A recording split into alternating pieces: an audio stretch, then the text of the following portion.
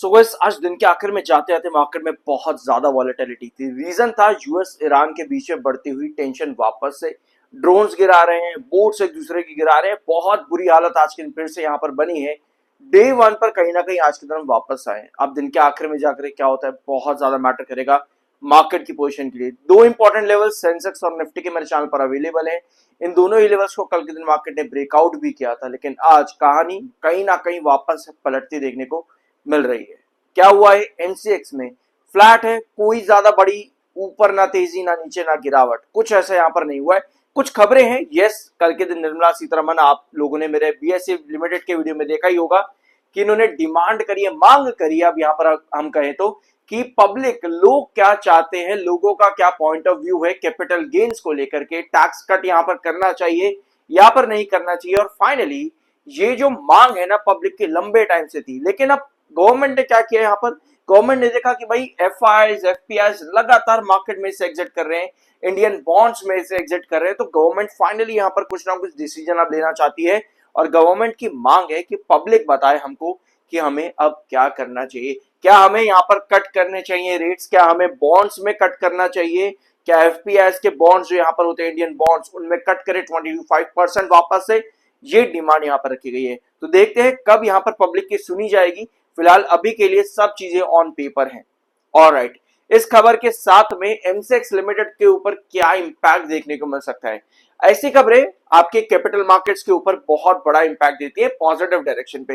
Reason क्या होता है? इंक्रीज्ड ट्रेडिंग वॉल्यूम देखने को मिलता है। एमसीएक्स लिमिटेड भी इसका इंपॉर्टेंट पार्ट है। Major revenues, major transaction fees companies यहां से जनरेट कर पाती हैं। एनहांस्ड स्पेकुलेटिव एक्टिविटी यहां पर बढ़ती है, वॉल्यूम्स बढ़ते हैं। ट्रेडिंग सेंटिमेंट भी काफी ज्यादा पॉजिटिव होता है क्योंकि लिक्विडिटी भी इंक्रीज और इंप्रूव होती है। जितना मार्केट में पैसा जाएगा उतना बेनिफिट इन कंपनीज को होता है, इस पूरे सेक्टर को होता है। तो यस, इस तरह की खबरें मार्केट में और ट्रेडिंग को बढ़ावा देती हैं और यस मार्केट में लिक्विडिटी को भी इंप्रूव कर देती हैं। 80 के एमएफआई पर इस समय एमसीएक्स लिमिटेड काम कर रहा है, जो कि थोड़ा सा बेयरिश है। 65.1 पर आपका आरएसआई है। लास्ट वीडियो के अंदर हम लोगों ने डिस्कस किया था 3250 के ऊपर हमारा ट्रेंड बने रहना चाहिए, और साथ में 1 आवर टाइम फ्रेम के चार्ट पर हम लोगों ने डिस्कस किया था 3320 3350, इस जोन पर हमें वापस आना पड़ेगा। और ये कुछ दो कैंडल्स थी जो मैंने आप लोगों के साथ लास्ट वीकेंड के अंदर, मतलब सैटरडे संडे को हम लोगों ने ये चीज डिस्कस यहाँ पर करी थी। अब एमसीएक्स लिमिटेड के अंदर यहाँ पर हुआ क्या है? इनफैक्ट अगर आप चार्ट पर यहाँ पर देखोगे तो आप लोगों को नजर आएगा कि MCX limited 1 hour time frame पर 3250 के पास में बेस बनाते हुए वापस आज के दिन कोशिश कर रहा था, और कल के दिन में इनफैक्ट 25 ऑफ मई को भी 3320 की रेंज पर वापस आने के लिए, लेकिन सस्टेन ज्यादा नहीं कर पाया। आपके 21 ईएमए ने वहां पर रिजेक्शन फेस किया क्योंकि 21 ईएमए 7 ईएमए के ऊपर है, तो वो एक हर्डल यहां पर क्रिएट हुआ एमसीएक्स लिमिटेड में, और वापस से 3320 ये वाला जो ट्रेंड है इसके नीचे जाकर ये क्लोज आज के दिन हो गया है। दिन के आखिर के सेकंड लास्ट कैंडल जो 1 आवर टाइम फ्रेम पर थी, वो आपको एक बुलिश इंगल्फिंग कैंडल बनती देखने को मिलती है। थोड़ा जूम इन करते हैं क्योंकि इस चार्ट को समझना देखो बहुत ज्यादा जरूरी है, क्योंकि रीजन देखो क्या है यहाँ पर। पहला रीजन है कंपनी ने बहुत बढ़िया ब्रेकआउट दिया है। अब जब कोई भी कंपनी बढ़िया ब्रेकआउट देते तो रिटेल इन्वेस्टर क्या करता है, भैया इतनी बड़ी तेजी अब तो और बढ़ेगा, वो फटाफट एंट्री करने के मौके ढूंढता है और कई बार नुकसान खा के बैठता है, फिर कहता है भैया ऑपरेटर गेम मार्केट के अंदर चलता है, कुछ भी नहीं होता। अब इन्हीं चीजों को यहाँ पर समझने के लिए ना आपको सबसे पहले तो क्या करना पड़ता है, पेशेंस रखनी पड़ती है। पेशेंस इसलिए नहीं होती हमेशा कि भैया एंट्री कर ली अब पेशेंस करें। एंट्री करने के लिए पेशेंस होना जरूरी है। जब तक एमसेक्स लिमिटेड इस रेंज के अंदर वापस नहीं आता, इनफैक्ट 3320 जब तक ये वाला प्राइस आपके पास वापस नहीं आता, सस्टेन नहीं कर जाता, हमें ये वाली पोजीशन नहीं चाहिए। हमें चाहिए प्रॉपर सस्टेनेबिलिटी। जब तक 3320 को बेस नहीं बनाता तब तक यहां पर एंट्री मुश्किल है। समझने वाली बात यह है कि इसका मतलब ये होता है कि यहां पर आपको प्रॉफिट बुकिंग बार बार देखने को मिल रही है। 3320 दैट मींस कि आपका एक रिजेक्शन है, और अगर रिजेक्शन है तो वहां पर आपके पास सेलिंग भी आएगी। ऐसी कुछ सिचुएशन एमसीएक्स लिमिटेड में आज के सेशन में देखने को मिली लास्ट आवर्स के अंदर, और स्पेशली सेकंड लास्ट आवर में। ये है डेली टाइम फ्रेम का चार्ट एमसेक्स लिमिटेड का। लास्ट वीडियो में हम लोगों ने डिस्कस किया था कि स्टॉक बार बार क्या कर रहा है, एक ब्रेकआउट दे रहा है, साइडवेज कंसोलिडेट करता है, फिर एक नए ब्रेकआउट के लिए जाता है, फिर एक साइडवेज कंसोलिडेट करता है। अब इस साइडवेज कंसोलिडेशन में 3220 ये वाला आपका एक क्रूशियल बेस नजर आता है एमसीएक्स लिमिटेड के अंदर। जितना यहाँ पर स्टेबल है, इस रेंज के ऊपर जितना है उतना आपको देखने को मिलता है कि एमसीएक्स लिमिटेड में एक बड़े बड़े कंसोलिडेशन भी आते हैं। फॉर एग्जांपल जो लास्ट कंसोलिडेशन मिला था before this breakout where stock has recently achieved a long term high and a breakout as well 2750 से लेकर के ये साइडवेज कंसोलिडेशन आपका चला था अराउंड 2900 के बीच में। यानी कितनी रेंज होगी, 250 रुपी पर शेयर के हिसाब से आपकी ये रेंज होगी। ये साइडवेज कंसोलिडेशन भी आपके एमसीएक्स लिमिटेड ने चलाया था रिसेंटली। अब 3220 और अगर हम यहां पर देखेंगे तो 3350, ये भी आपका एक कंसोलिडेशन है जो कि लगभग लगभग आपको दिखाता है 130 रुपीज का एक पूरा डिफरेंस यहाँ पर है। 130 रुपीज का आपका ये पूरा कंसोलिडेशन है।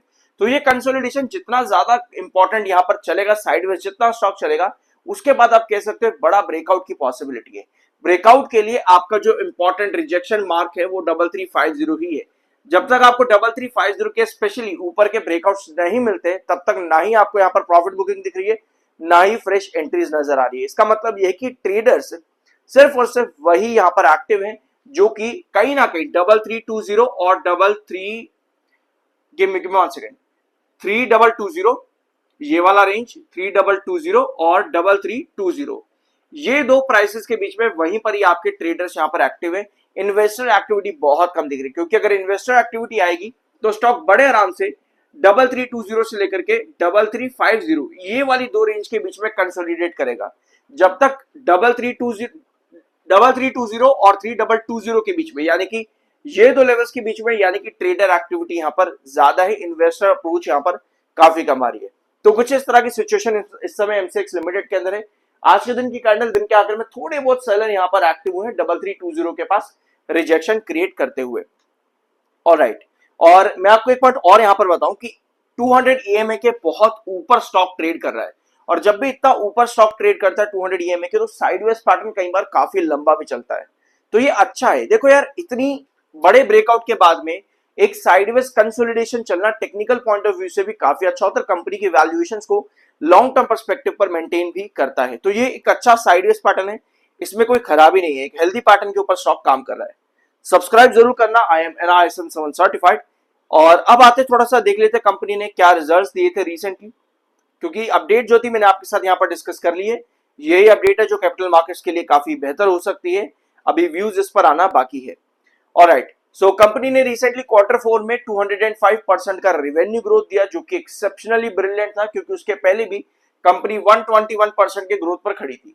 एक्सपेक्टेशन यही है कि आने वाले 2 क्वार्टर पर भी कंपनी 100% या उसके ऊपर, स्पेशली 200%, हम लोगों ने लास्ट वीडियो में भी डिस्कस किया था कि अगर कंपनी इसी तरह से अपने रेवेन्यूज को ग्रो कर रही है तो बहुत सारी पॉसिबिलिटी है कि आने वाले 2 क्वार्टर में कंपनी आराम से 1000 करोड़ के ऊपर का रेवेन्यू प्रोवाइड कर दे।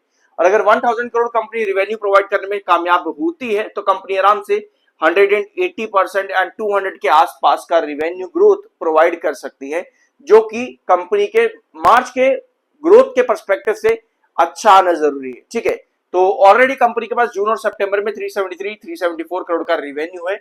यहां से 100% कितना हो जाता है, लगभग आपका 700 करोड़ का revenue, end of course 1100 crore का रेवेन्यू कंपनी को देना पड़ेगा ताकि 200% का ग्रोथ कंपनी का आराम से बन सके। तो चैलेंजेस कंपनी के लिए आगे वाले क्वार्टर में बन जाते हैं। रीजन ये था कि मार्च क्वार्टर में कंपनी ने 205% का बहुत बड़ा ग्रोथ दिया है।